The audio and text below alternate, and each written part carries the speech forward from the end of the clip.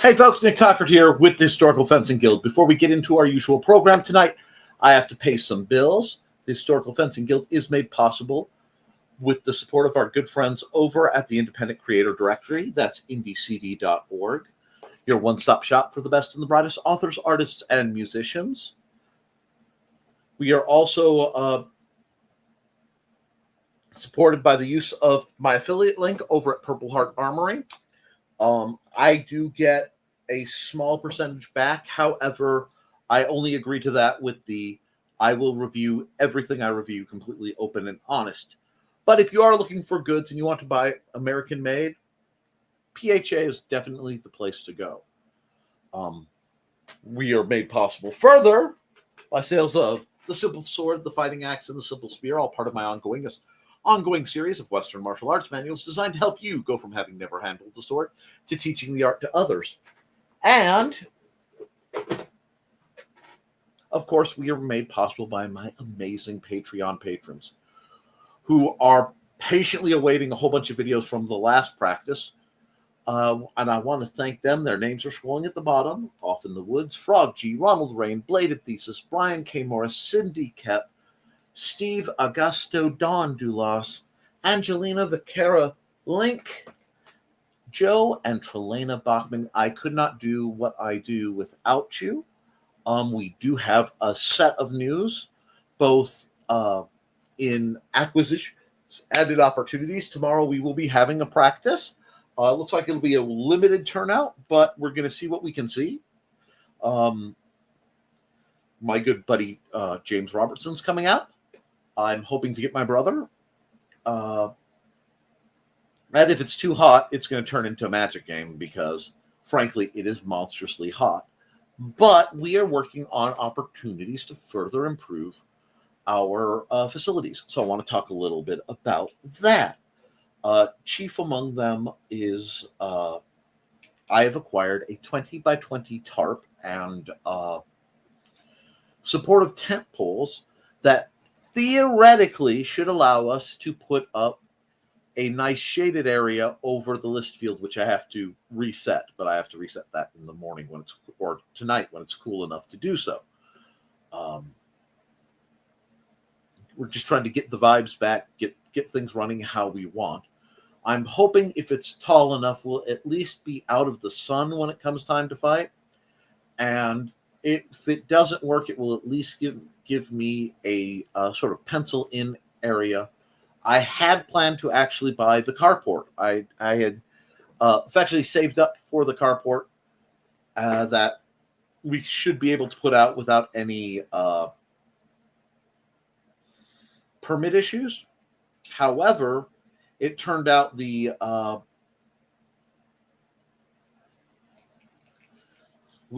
had our water heater go down again, and that means we've incurred extra costs. Now, due to some wonderful generosity and support from our dear friend and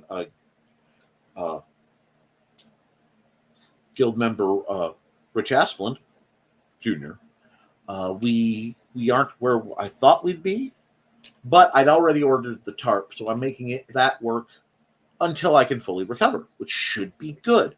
Other things I put out that took a while to get through have come in. So I am now in possession of not only the crank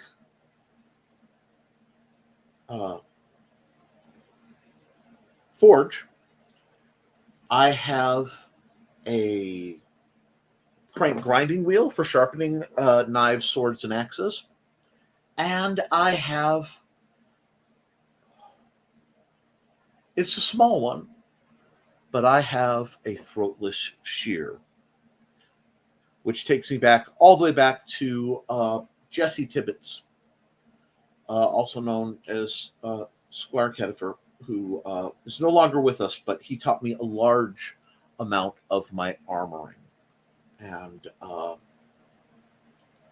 I am, every time I get around certain kinds of projects, I get a little misty-eyed thinking about that man and what that means. So as soon as the temperature breaks and we can do some different things, I will have access to a set of very useful metalworking and woodworking tools that are, most of them are not electric. They are manually powered, which means they'll be nice and quiet, easier to control, burn off of juice, calories. So either I can be able to work it, or hopefully Xander will be able to work it if he shows interest in learning to do these things. So it's, having the pieces, and now I have to assemble the puzzle of how I'm going to have them set up and be usable and what have you, what format I want that to be in. But I'm excited. I'm genuinely excited because it means I'm getting to the support side of things I've been after for nearly 30 years. I just have to endure this heat a little longer, which the setup stuff should theoretically improve. So we are working kind of slowly and tirelessly towards that.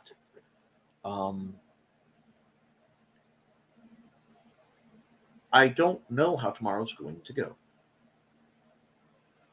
I really don't. But it should be interesting. I haven't gotten to see my buddy Jim in quite some time. Longtime viewers of the channel have definitely seen that man sword fight. So that is very good. Now, I happen to know my lovely wife is not watching this. And if I speak at this volume, she can't hear me. But I've been slowly and methodically putting together the parts to make her a new training glaive. Now, before I get into the chat, I want to bring this up. Let's see. Present, invite, share screen. We'll go entire screen. That'll just make life easier. Here we go. Here. Because if you go into the deal of the day section, and you actually click deal of the day, not new and upcoming, you will see that the Partisan Spearhead is 31% off. It's a very good deal. She has one coming. Now, I've been looking into these, and I think it should give the right length for certain projects. I'm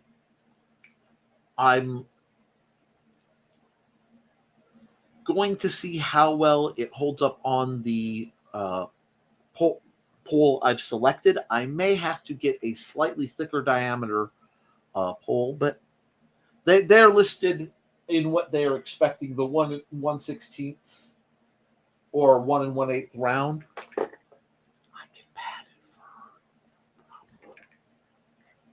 But I'm very excited to see deals like this coming down the pipe. Now, I have not read this book. I don't know about it, but that's a good deal. Riehn is always a good read. And I'm continually tempted to get the George Silver medals and hold a tournament. I think it might be funny. But that would require a major guild turnout. Still, I think it would be amusing. So let me know what you guys think. And then there are a bunch of t-shirts. I am surprised to see the Makua Huddle. Yeah, that's as close as you can get out of me. Going for 30. I don't know why they're on sale. I guess they didn't hit popular. But I think they're going to be a good deal. I also wanted to point out, let me see, if I go deal and new and upcoming. I thought there was something I wanted to message you guys about here. No. What was it?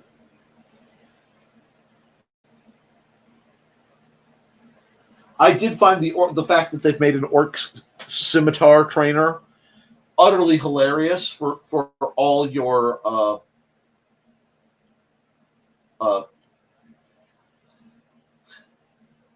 Oh, shoot. There was something I was going to show you guys. Oh, well, it will come to me later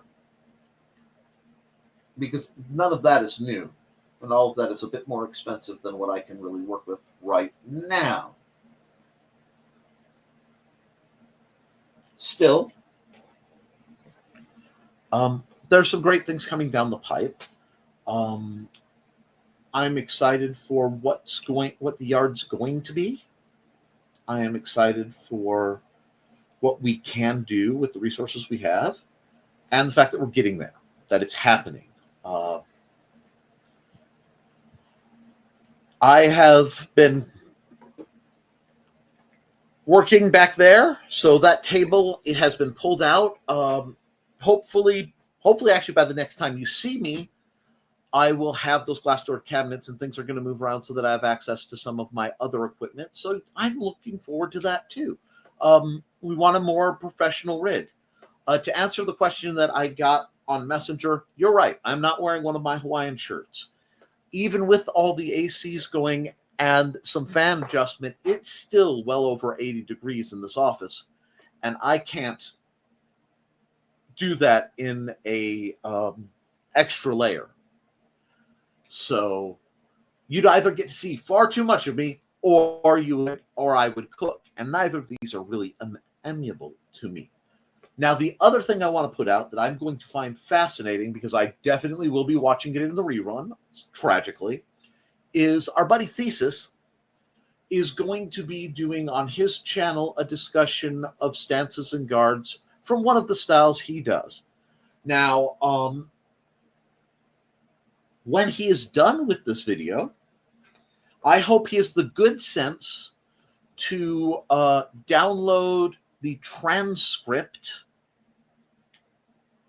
because he will have just explained, worked very hard actually, to explain a whole bunch of one of the martial arts he does and studies, and the lovely system will write that out for you, which gives you an instant rough draft if you were, say, going to do a manual. Because sometimes writing what you know is much harder than simply talking through what you know. And while dictation software is wonderful stuff as a rule, when you are using dictation software, you are thinking about using dictation software, and you aren't focusing on the subject as much. But when you're giving a pre-set up, semi-scripted program, you're going to have your ideas already blocked out. You're going to have them set up, and you should be able to then get the transcript and start using that, if not directly for your manual, as a wonderful reference. You just slap the name of the file being what you were talking about, and you put it either up or you put it aside, and you do a whole series of videos where you're talking about what you know, and then you can reference your videos. You can screenshot from the video for the product. It's really a neat way of setting up a manual, and I've been planning to do something similar myself, but as I've got a few books in the tank and one nearing completion, the Rapid Rape here is rapidly nearing completion, giving you that idea as a jump start. And that extends to everyone. That extends to Trilaina, because, dear heart, you are doing wonderful videos for yourself, for Ruby, for Kitty. You're going to go in further into these concepts. Why not simply use the same method, and then you have a very ugly rough draft to work through? Now, I know this is more literary author advice, but I think it applies, because I cannot express and overstate the importance of both getting your ideas and your experiences out as a practitioner of modern Western or Eastern or historical martial arts, however you do them.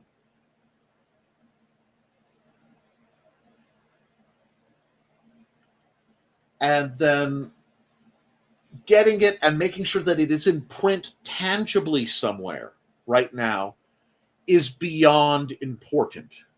Okay? Do you understand where I'm going with this? And I know it's not something you want to hear. I know I'm hounding you guys.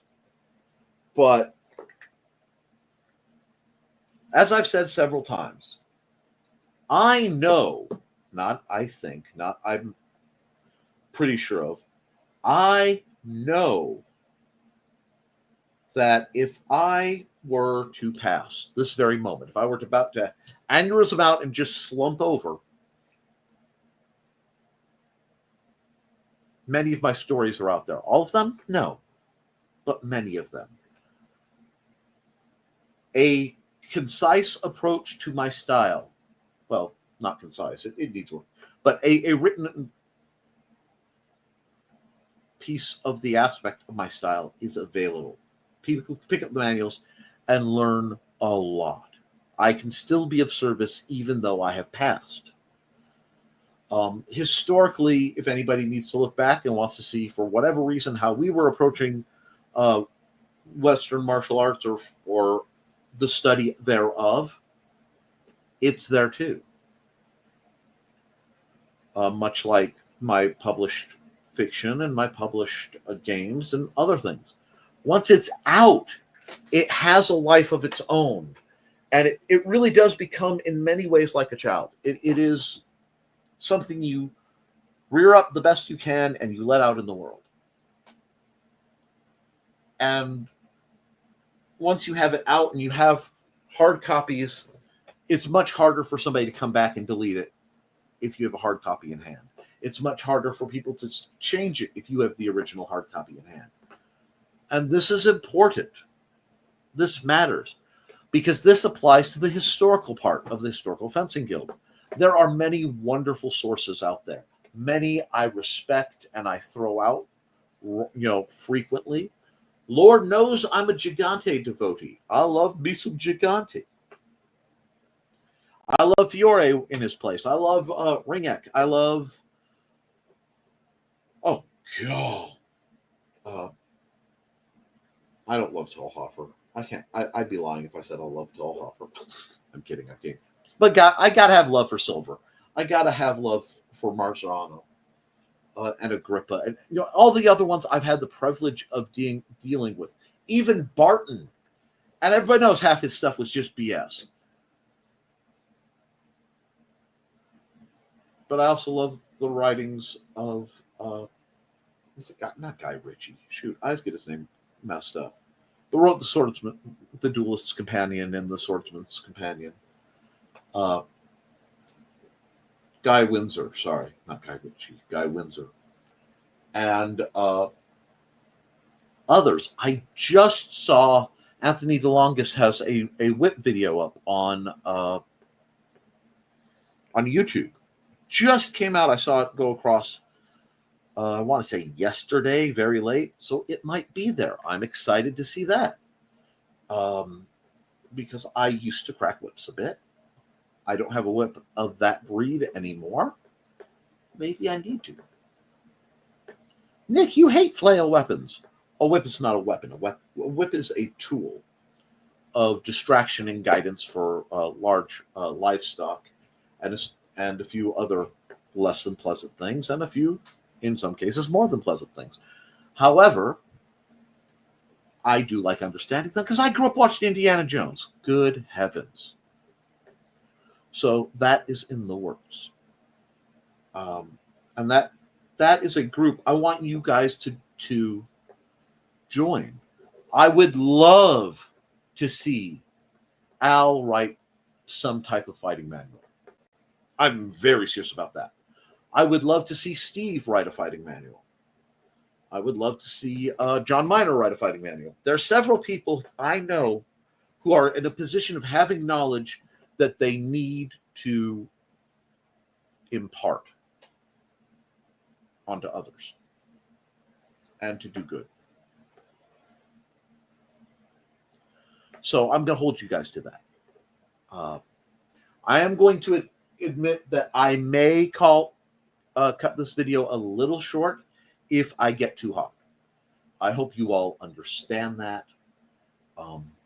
It is a necessity with as we're adjusting. We had some insulation issues that had to be fixed due to the windstorm, and things are a little better than they were, but we're rolling with it. Now, I recently was messaged with a question of where it's very similar to one of theses. What do I want to study next? And I would like probably to study some variant of Filipino martial art, Kali, Eskrima, Arnis, somewhere in that family, just to get a little more fluid and a little outside of my rapier-ness. It's, part of it is trying to go back to training what I have on hand. So I also need to get back into a very specific set of modified Joe drills. I have that new staff that I want to say Ibogu put out. The manufacturer who has the same logo that we love. Let me see. The guys who did this. And since this is a fantasy sword, it brings up the thought / memory that another thing the guild may wish to check out that's floating around. It's actually on the public guild Facebook, the Historical Fencing Guild. You can find it. Look for the picture that has the shadow of a swordmaster and or this boot in places. A stage group, a group of stage fighters, I think at least a duo, have been trying to reenact Drizdo Erdin and Artemis Interius fight scenes. Now, it is very clearly stage combat. And I say that because of the exaggerations of motion and some of the range plays. It's very obvious that it is done to somebody with a slightly trained eye. That being said, they're not disguising it as not a choreographed fight. And if I saw it in a movie, I would be like clapping and hooting and hollering. Phenomenal work, gentlemen. That link is available in the Historical Fencing Guild's public group. In the response to the armoring, I now am in possession of a throatless shear, or people call it a throatless Beverly shear the same way they call it adjustable spanner, a crescent wrench. It's not by Beverly. I could not afford one of those. But I did get a remarkable deal on a, we'll say new to me, throatless Beverly shear. And while it won't handle some of the larger stuff, I should, with a little bit of tweaking, be able to do quite a bit of metal cutting and shaping for fabrication of, say, aluminum armor, definitely brass, and some mild steel work. So, again, I'm excited. I am gathering a lot of the pieces now so that come fall and into winter, once the garage is set up how I wish it to be, which will be substantially less alleged chickens, assuming, policies shift as I'm hoping they do.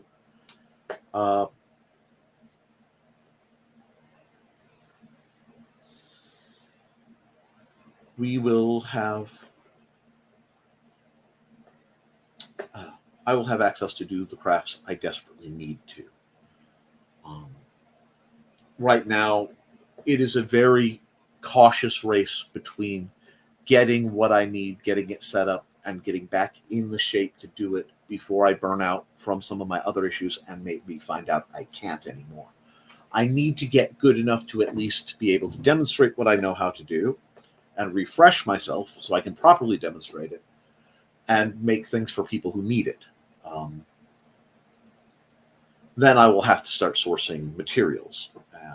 And, that will be either expensive or interesting. But you're going to see about that as well. Now, I know I've been prattling quite a bit because, like I said, I have a lot going on in the background. And I really hope it's, interesting and informative to everyone watching.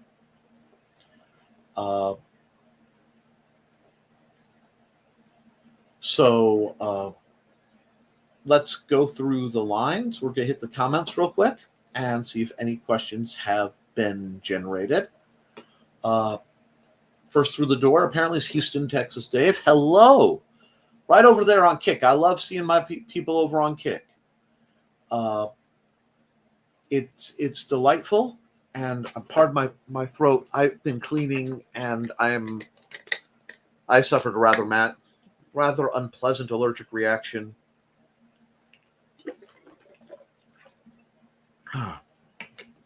So there is that as a factor. But an evening thesis. Please put the link to your video for Saturday in the chat so that people can check that out and make sure they get notified when it goes down. Again, as I will be hosting people and hopefully doing some very fun sword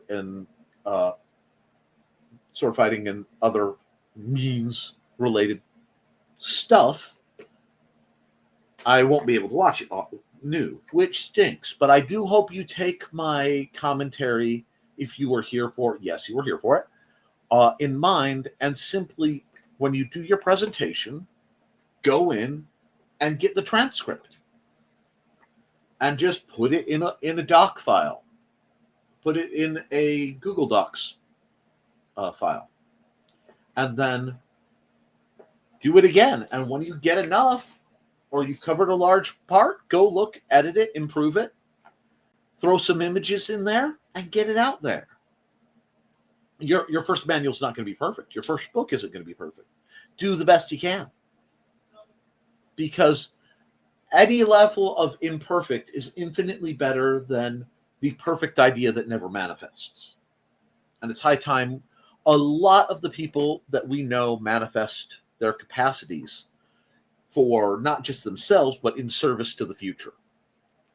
And I'm getting Slimer smiles from Rich Chaswell Jr. Hey, Rich. Oh, I'm so looking forward to that. And hello, Kitty.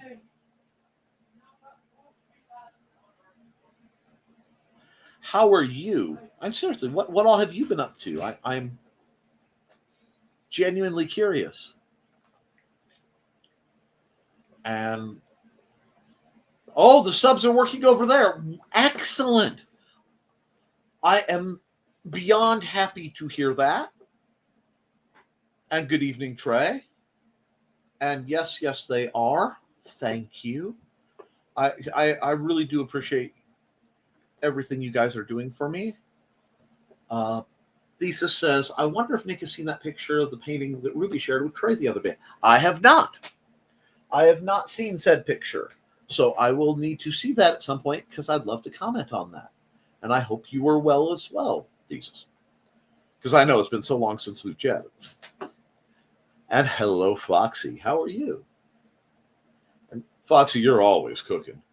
Stay hydrated. Yes, folks. I'm not playing. You guys need to stay hydrated. I need to stay hydrated. Everybody needs to stay hydrated. Oh.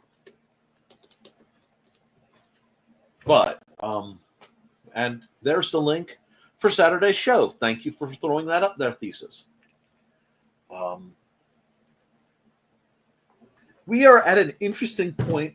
I'll wait for comments to catch up again. But where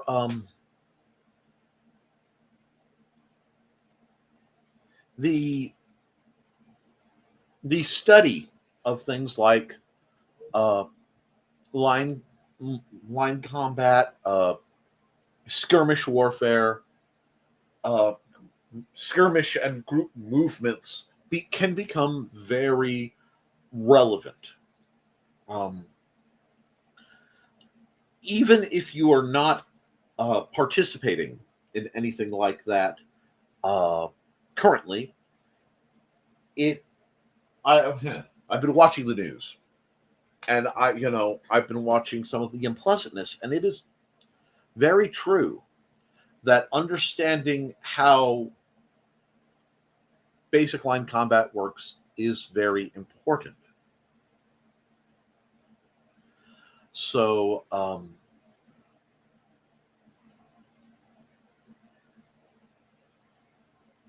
I am going to encourage you to start looking into this and understand it.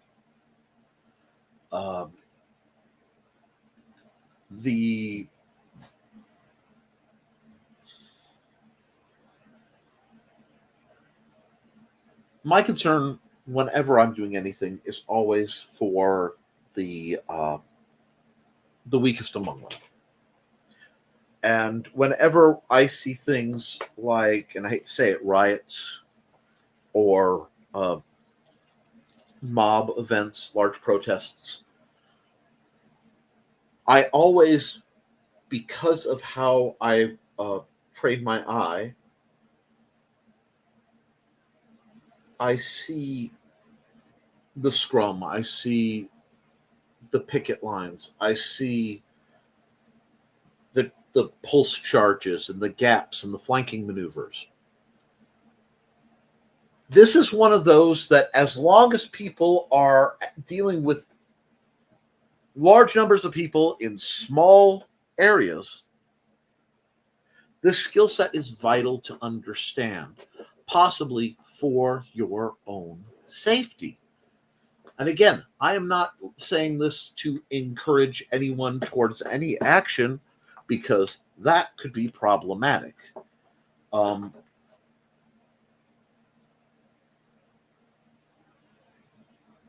the guild can't be that.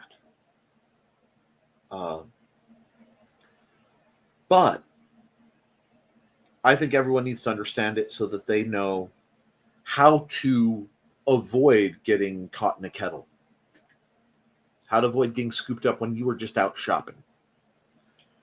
And I truly believe a lot of people will point and laugh at what we do as, well, you're just LARPing, ha, ha, ha, ha.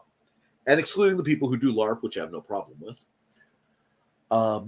that's never been my approach. It is a way to train skill sets that are useful, and absolutely, by forming the phalanx. Sorry, that popped up, and yes, some person, you're right. But I want you guys to be able to recognize what's going on and make informed choices for your safety. And that is to literally anyone watching these videos. My lovely chat, my lovely patrons, my friends and family, and all the people that I don't know but I love anyway, because I can do that. It is my belief that if hate can be irrational, if you can hate somebody you don't know, then I can love people I don't know. And it is got to be an equal balance point. So that's what I lean toward. Kitty does say anything, and I don't want to go too far. Says, from what I remember, the painting was from the Metropolitan Museum of Art, the Met, a collection, but not currently on display. She was searching Highland Sword and found the painting or print.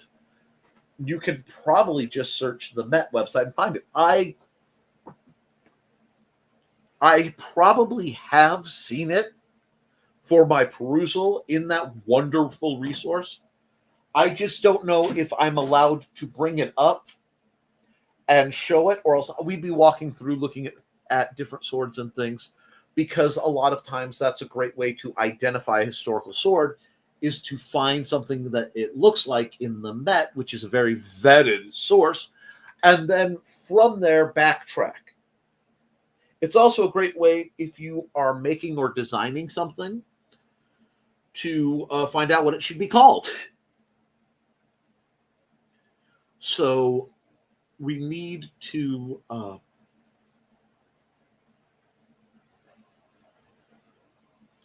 keep these sources in mind. Now, getting back to what I was saying, please look into group tactics and movements. I've done videos in the past doing small scale stuff, and I've done videos talking about situational awareness and situational awareness versus tactical awareness and things like that. That would be ancient Greek and Roman tactics for modern age protesters.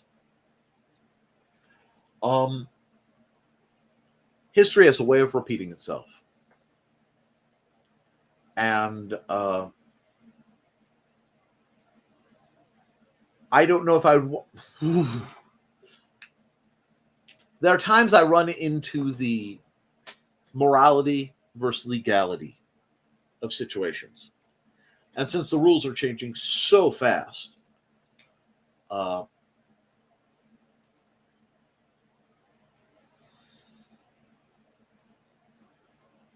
don't ever want the Historical Fencing Guild to be mislabeled or misunderstood again.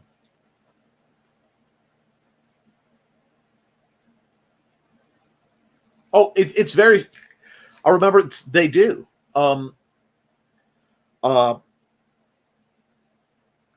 It's actually the wearing of chainmail because of so many knifings has become very popular in certain circles. In places in Italy, in places in England, for example, there are people who really they're wearing everyday concealed chainmail. Well, I have found that most of the protesters seem, when I'm looking at them from a tactical assessment, seem prepared for part of what they're dealing with, but not all. And it is troubling because I see people getting hurt needlessly or preventably. I do believe in peaceful protests. I believe that is a necessary goal in the function of any country. There has to be proper, legalized, and safe outlets for the people. It comes under many things, including the right of free speech, the right of peaceable assembly, these things.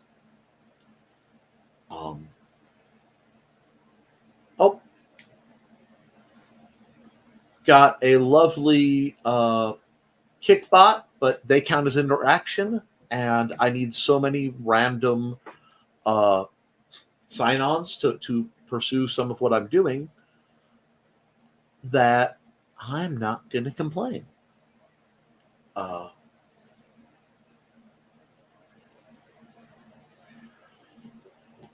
But what I have found is most, when you see the shields in America that are used by protesters, if we're comparing European ones, I see a lot more homemade and improvised shields. Usually round or teardrop, ironically, usually flat. Which aren't, they're very doable, but there are ways to improve on that. And it's like I see the strapping and such, and I have questions about it. And again, this is just an assessment by somebody who has a bit of a trained eye.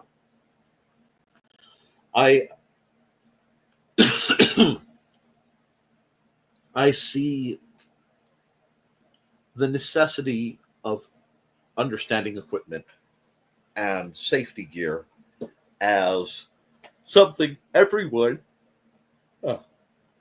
should know.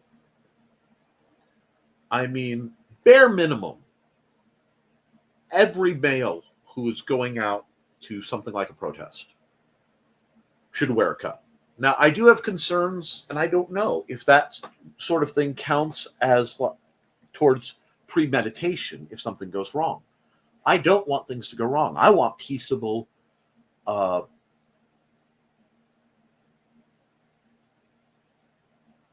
civil discussion where the rule of law is held and adults can speak to each other like adults. And, the people are properly and accurately represented, and those who are in places of power are there from a mindset of servant leadership. I'm a firm believer that the person who has the most authority has the least autonomy.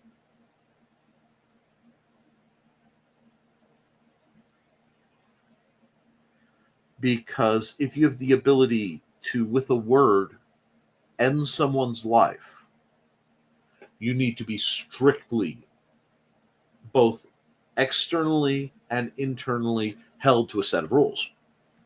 And this goes all the way down to the kind of people who should be watching, refereeing, and training matches in any club.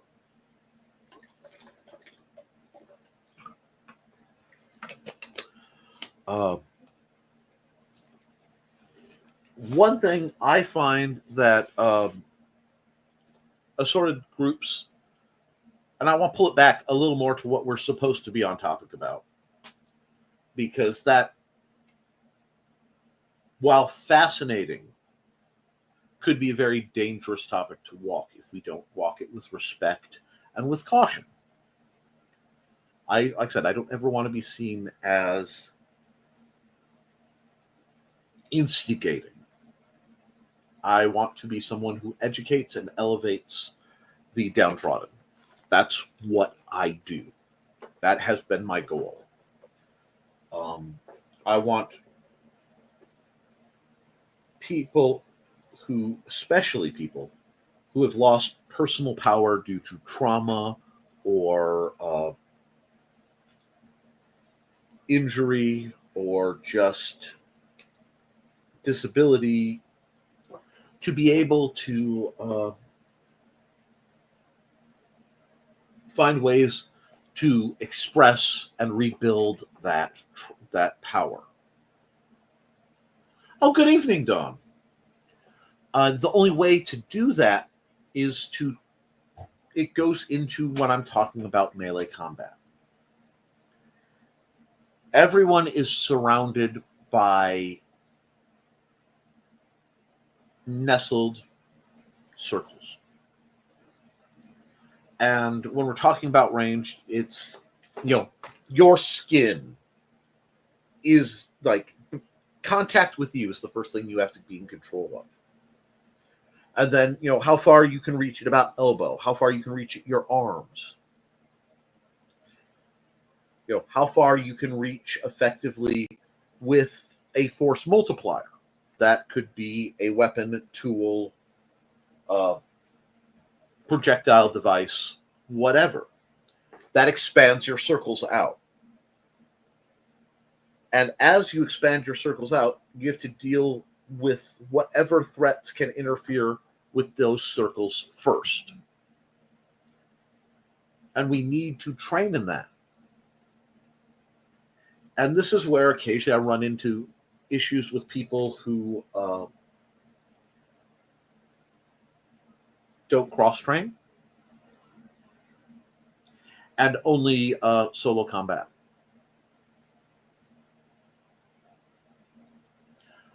I would love to see something like MMA, but a 2-on-2 or 3-on-3. Not because I want to see the violence, but I want to see the change in the styles of engagement when multiple opponents, multiple threats are in play. And I think if that happened more, we see behaviors change.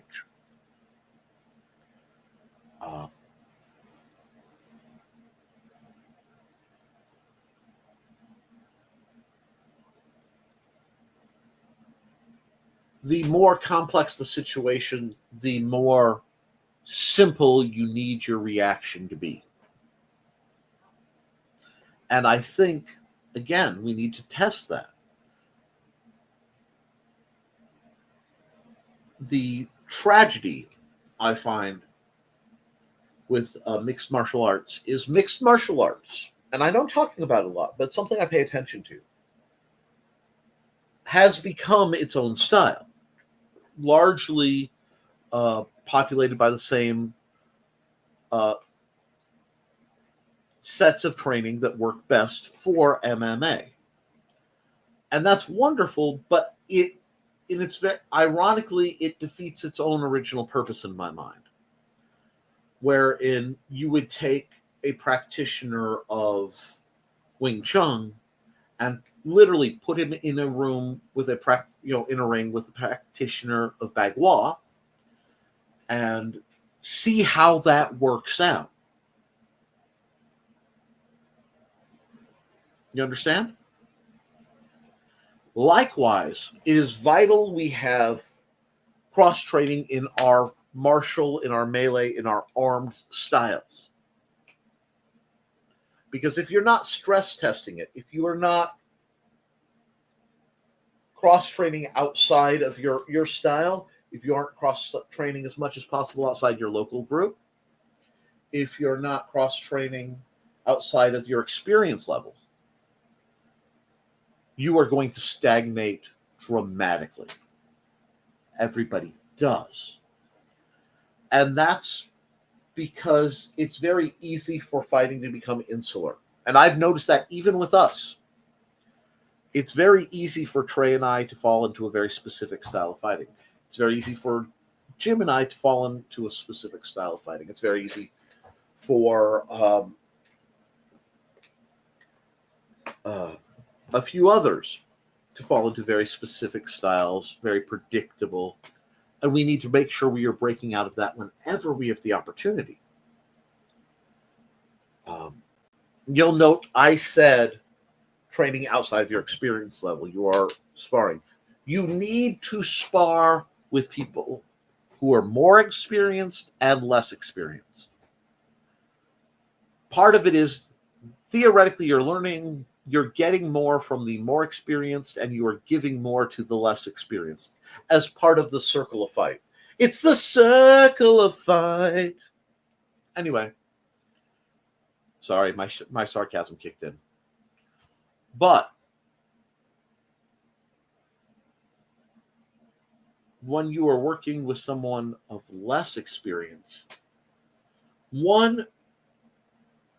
often they will do things that you wouldn't have thought of because they're inherently stupid till they work. And you have to start processing that. That's why... Oh, yes.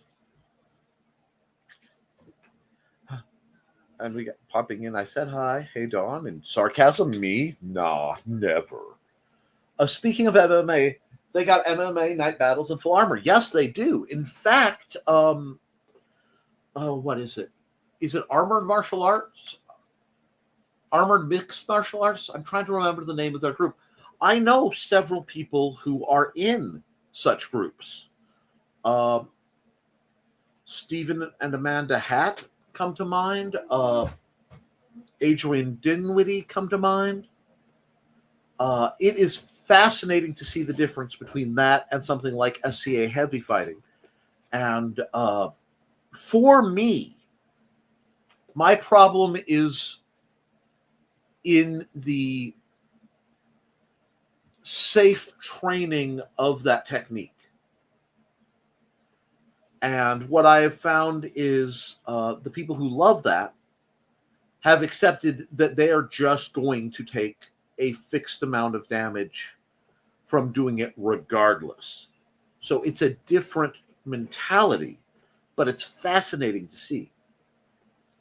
See, on the subject of armor, it's really interesting that we bring this up.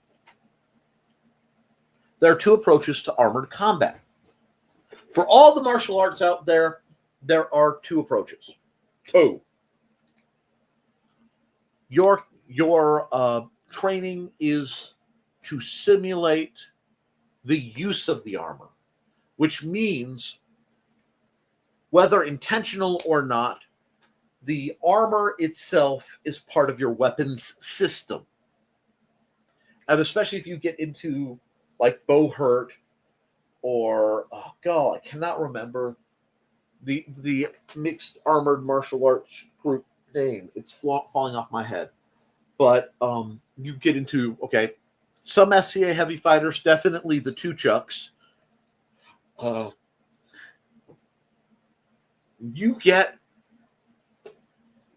sparring and grappling and striking combined with weapon system, which for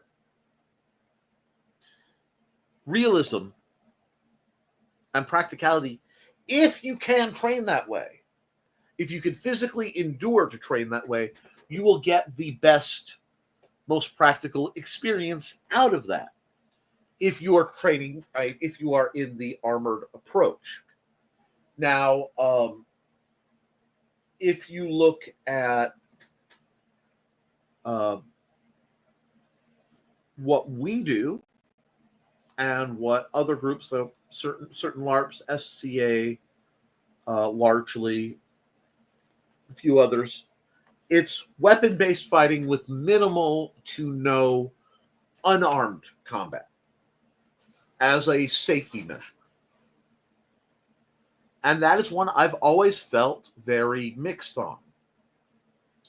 Because had I the facilities, I would have mats where we could safely throw each other around, and people would train in how to fall safely. And, you know, we would combine the arts if we could do it in such a way where it wouldn't break the weapon and the weapons would not do more damage than intended.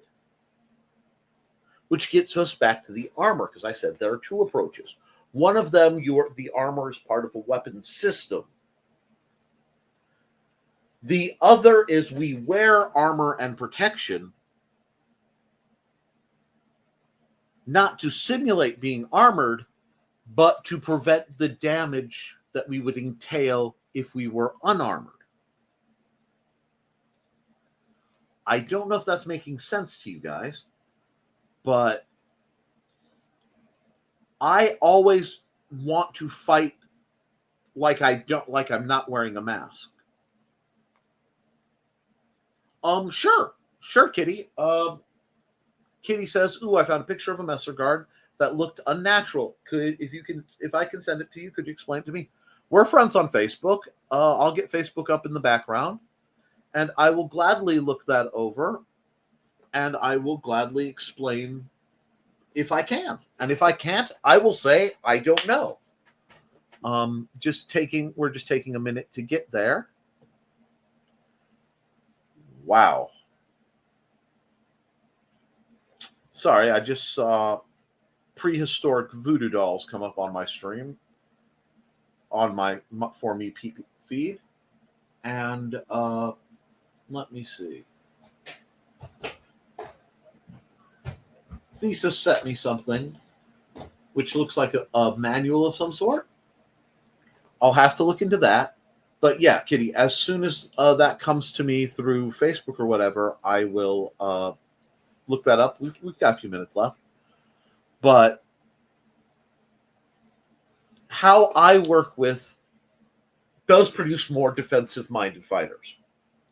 It does tend to produce people who are not going to be door kickers. You know what I'm saying? Not always, but a lot of it is because I train from a civilian mindset. meaning we are looking at defense.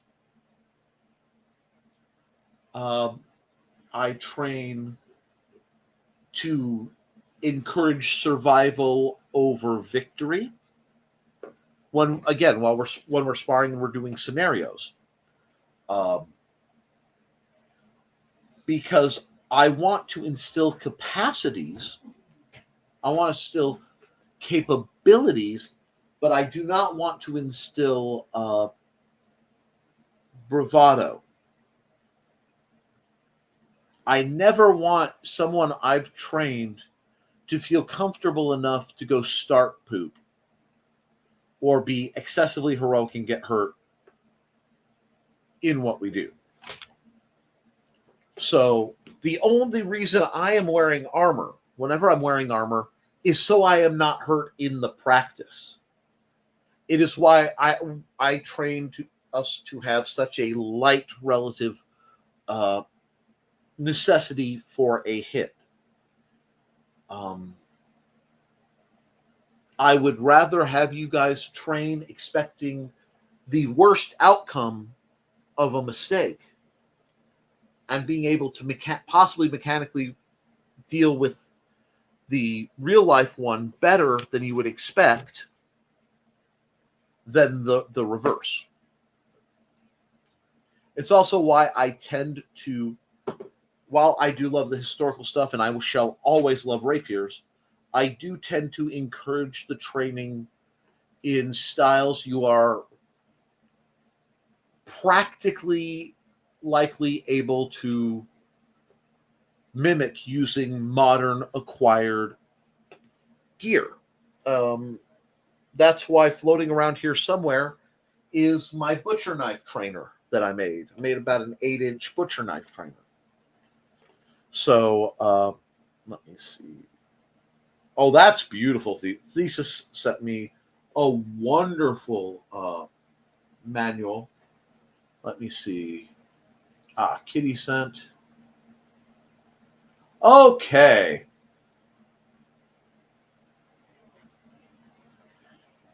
Let me look at this. Hold on, because what I'm going to do, I'm going to save it. I'm going to take this. I'm going to move to new window and move this over. This looks like it came out of, I want to say, Tallhopper. Oh, no, it's a Messer. So, yeah. That is interesting. So give me a second, and what I will do is that is beautiful then. Let me bring this back up. And that's not the one I want. That is. Part of what you are seeing is being limited by the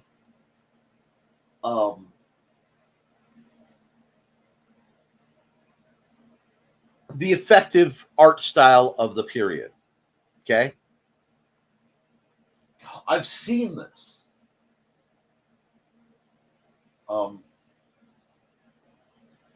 They're holding the Messer upside down, and I don't know why. So it's a draw. Well, okay. It's not.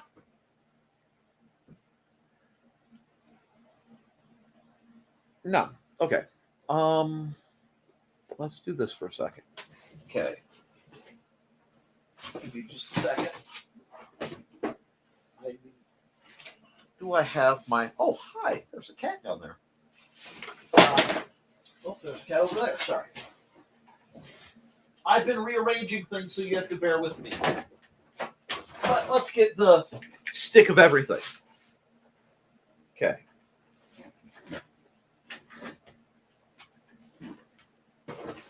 We're going to move the stuff I've been working on. Okay. So we have a low crouch. I'm facing the right way. Cool. And his grip is open, and the blade is upside down. Huh. Because all it is a wide... I mean, believe it or not, it's much closer to this. He's just drawn at a funky angle. He's low. He's crouched. Found a washer. So when you start putting a body in the position he's in, the hand is out of the way because it's behind the hip. So it's here. It's just, the anatomy is really terrible. I can't quite figure out why the sword is upside down. I really am inclined. Messer gets strange. Is that Meyer? And this very much looks like one that would need context. Yeah, it is definitely upside down, and the way this person is drawn, it looks almost like they are doing this all behind their back, but their thumb would not. Okay, let me look. Yeah, your hand can't mechanically do that. So I think it's a case I think the artist made an error. Because if you look, he's gripping up on the blade, and his thumb would be over the guard, and the wrong edge of the messer is sharpened, but you have the bird head. So hold on, let me do this again. We're going to zoom in here. You're only going to zoom in that much because of what I have this opened up and hide that. Okay, but that right there should all be pointed down. So yeah, I think it's a case of either this could be a case where a sword was fumbled and he recovered, assuming that's a he. It could be a she. And caught it upside down, but that really, it's weird because it's low end in the middle and this hand is back. So I've seen guards like this, but I think what happened is the artist made some anatomical errors because just the act of getting into that position would be problematic, and the sword is upside down. Yeah. And that's my problem, because the upper body looks like that does read like it's behind his back, but that reads like his butt, so he'd have to be fully pivoted around. It just doesn't quite fit. And yeah, the artist might have studied dead bodies before, but not living ones. I need to see more context on this image, and that's one of the problems with historical still sources in any of the art styles. Do not scratch my chair. Sorry. Cat correction. Hi, Stuart. But fascinating thing. So yes, I think there's just a lot of artistic error here, because yeah, if he was reaching behind his back, his thumb would be on the other side with the upraised palm. This could be also a case where the artist took essentially sketch notes very rapidly during a bout or something, and they just got mixed up on what they were doing. Because I don't think this was a posed picture. I think that was a case of them trying to remember how things went. Now, I could be mistaken. I need to see where that is. And that could be Meyer. I've seen the image. That's what's killing me. Yeah. Yeah. It just... I think what's happening is What I bet's going on, now that I've thought about it, hold on, let me bring that back up. Here. If you see how it's billowing, I bet that is a padded jacket.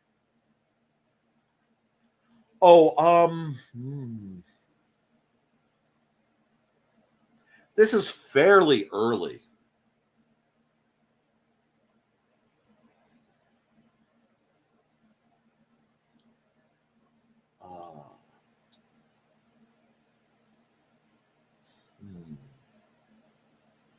Okay. The Trues put it past and the Tights put that's gotta be it's got not okay.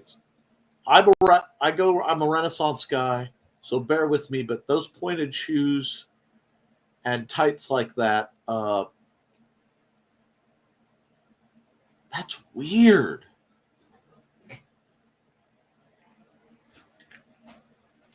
Okay. So what? I don't know what we'll do. We'll go. Hold on.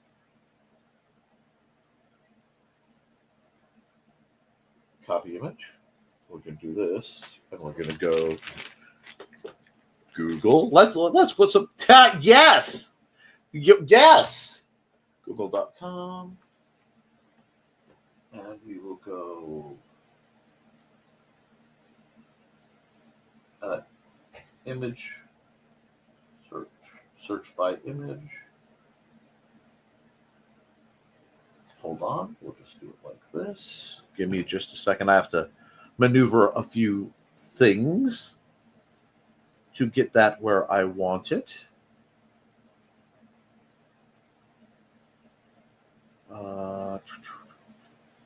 Unfortunately, I have a crap ton of images now. Oh, you know what? Here, we'll do this. Sort by date modified, group by date modified. Okay, so it's not coming up there. Where did it put that image? Oh, well. Here we go. Final paste. All righty. Pilgrims, Bats, Messer, Fighters.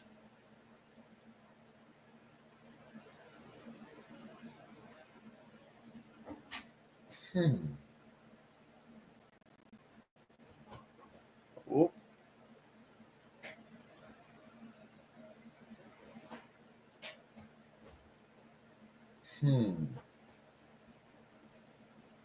Buckner.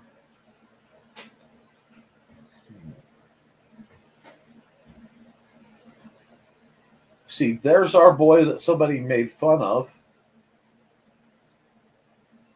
And that makes more sense. Yeah. Let me go here for a second.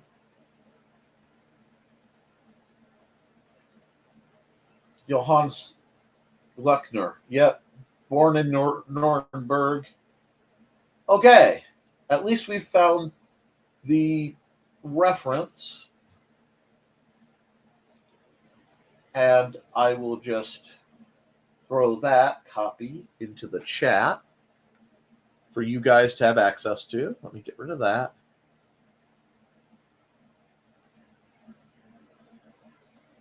Oh, yes. I was going, it's not Meyer, it's not, but that should let you guys see the link. It sort of went gobbledygook when I pasted it for reasons I don't know. But, and my net is basically hating me right now. So let me just fan that out. And we will close that. Yeah, because I go in that. My brain went, Tallhofer? No. So what I have to do is go through and link the actual image itself with the the definition, the description, but I'm betting I'm going to have to look through some of these manuals. And I also don't speak German. So, I think we've tracked it down enough to answer your question. And guys, this is what I spend hours doing. The reason I'm not just deep diving that is, frankly, I could enjoy it too much, but it would get very boring for you. So let me see. And yes, definitely German. And well, we lost that part. Well, did we? Did we? Yeah, that's where it came from. Because that's that guy where somebody has made fun of it. I just have to be careful.